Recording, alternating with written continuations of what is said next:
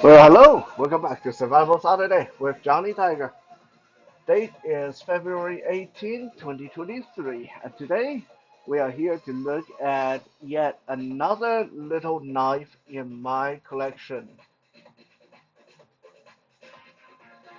In front of the camera, I hope you're seeing it. Uh, During this blind, I never really know for sure if you guys are getting seeing what I want you to see or not. But if you're looking at it on the table or counter is a little knife that looks rather distinguished. It looks all lumpy and brown, and really it's not much to look at. But don't let its appearance fool you. This is quite a good knife. It has been my go-to utility knife, my desk knife, ever since I've gotten it. And I've had this ever since I want to say 2017, but may even go back to 2016. A funny story about this. One time, a lady came to me and asked for my opinion, and she wanted to know if this knife was a good knife. And I told her, yeah, it's a wonderful knife. And then she went ahead and bought it. But 2 weeks later, she came back and gave me shit because she said I neglected to tell her how much this knife looked like a piece of dog poop. And I guess with its wrinkled up and lumpy appearance, and especially if you get it in the color brown, this does look like a dog poop that just got stepped on. This is the CRKT, which stands for Colombian River Knife and Tool Can Onion Wrinkle Flipper. Ken Onion is a designer of the knife who lived in Kenya, I believe. And Ken Onion has designed some really, really good pocket knife, and this wrinkle flipper is definitely one of the really good ones that I personally love so much that I keep it on my desk. So it's my go-to whenever I need a good knife to do something with.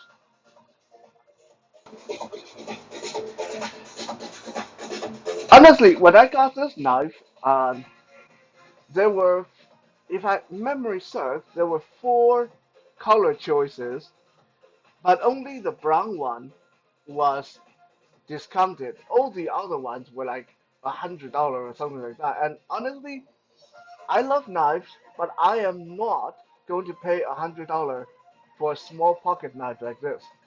But this brown one was discounted down to like 45 bucks. Now that's still a lot for a pocket knife, honestly. But yeah, a $100 knife discounted down to 45. I'll buy it. So I bought it. And while I would still say $100 would have been really expensive for a knife this size, but if you do want a good quality knife, it is a good quality knife. There's no question about that. Now, if you don't mind the weird brown color version, then you can usually find yourself a really good deal because the brown one, being uh, so much look like a piece of dog doo doo, is often the one that you'll get cheap. But hey, looks aside, it functions just as well as any of the other color variations.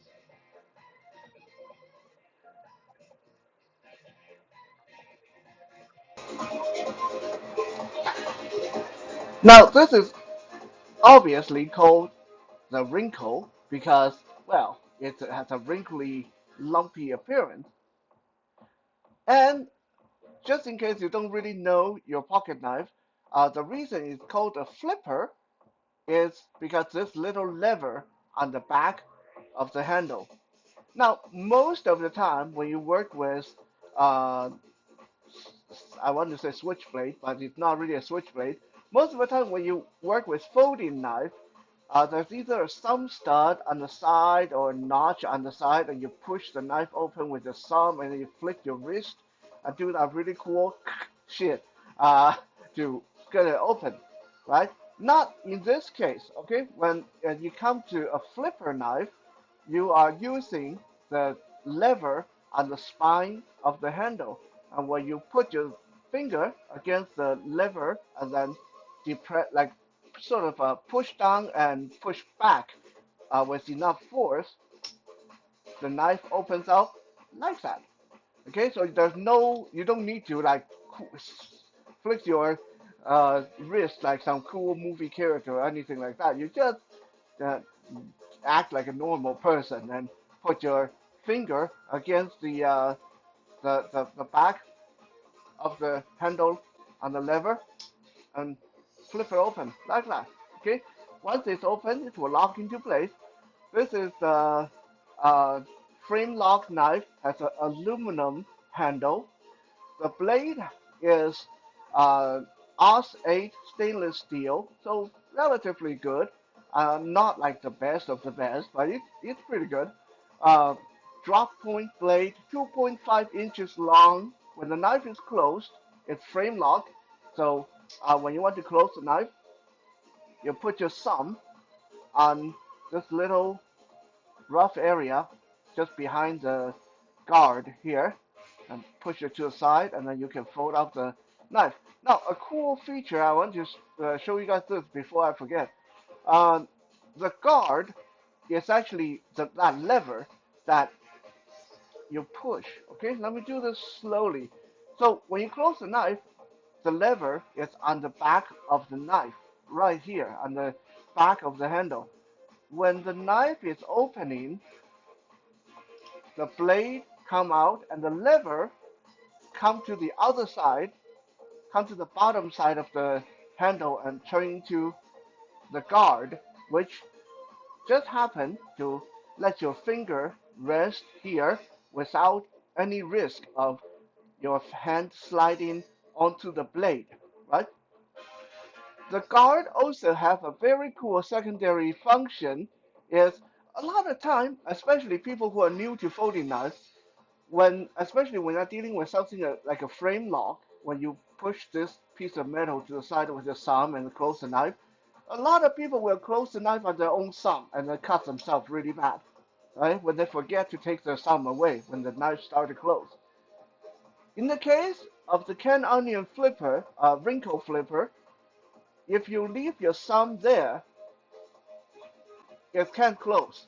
Right? You're not going to cut yourself because the guard will catch your thumb and stop the blade from closing. And so that's a really cool little safety feature. So you can push the frame lock to the side, and when the guard hits your thumb, then you take your thumb away and then close the knife the rest of the way. Okay, it's very nice. This is a very cool little safety feature.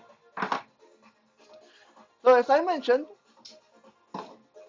the blade itself is about 2.5 inches long, and the handle, uh, when it's closed, is about 4 inches, which means when the knife is fully open, it's about 6.5 inches. So it's a good sized knife, but definitely a little bit on the small side. It's not a knife that's going to freak people out or anything. It just looks like a ugly little wrinkly lumpy knife.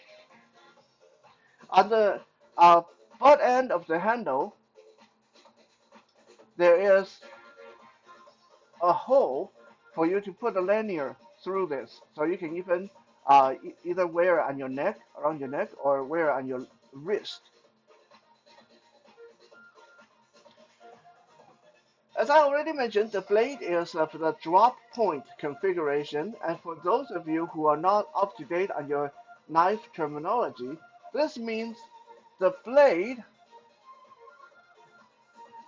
from the back, from the spine of the blade, when you get too near the point, it drops down. So if I put this on the counter, you'll see that you can't even see the point of the knife.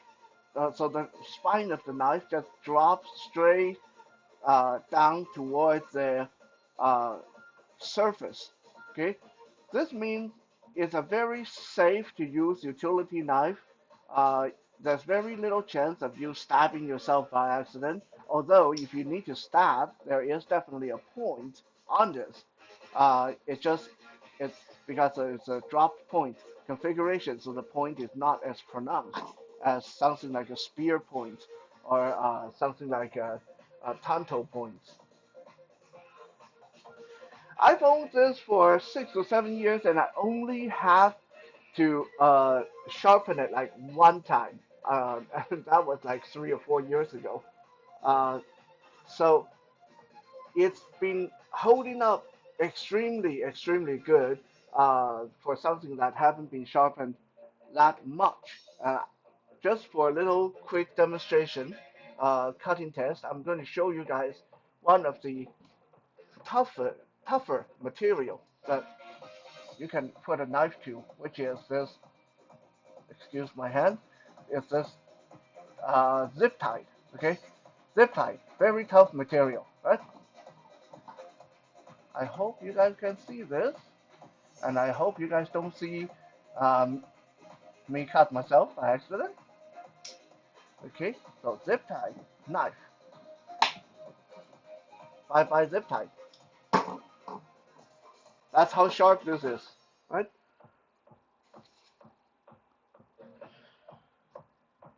Definitely, definitely a very good little knife. Again, this is a CRKT can onion wrinkle flipper.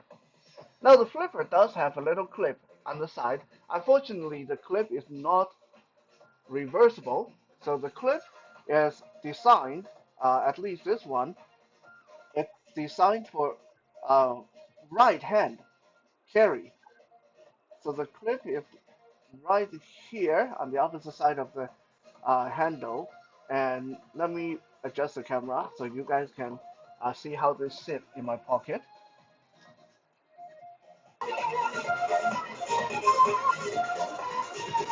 I don't know if you guys can actually see my pocket. I hope you can.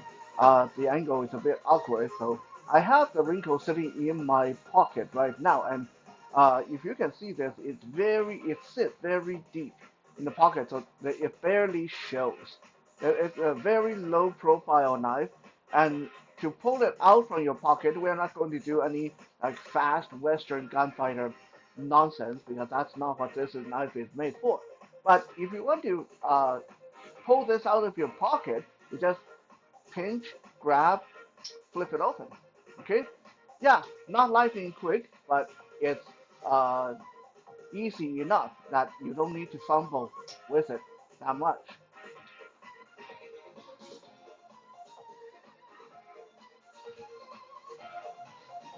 Overall, it is a really, really serviceable knife. I personally really like it, despite its weird appearance. It doesn't need to be sharpened that much. It feels really good in the hand. All those little lumps and wrinkles really help you hold on to the knife really, really good.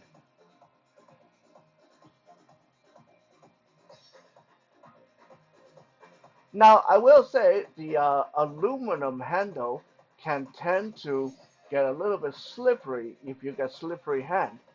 So that is something to take into consideration with. But see how smooth this thing moves in the hand. Close, open, turn over, turn back around, close, open.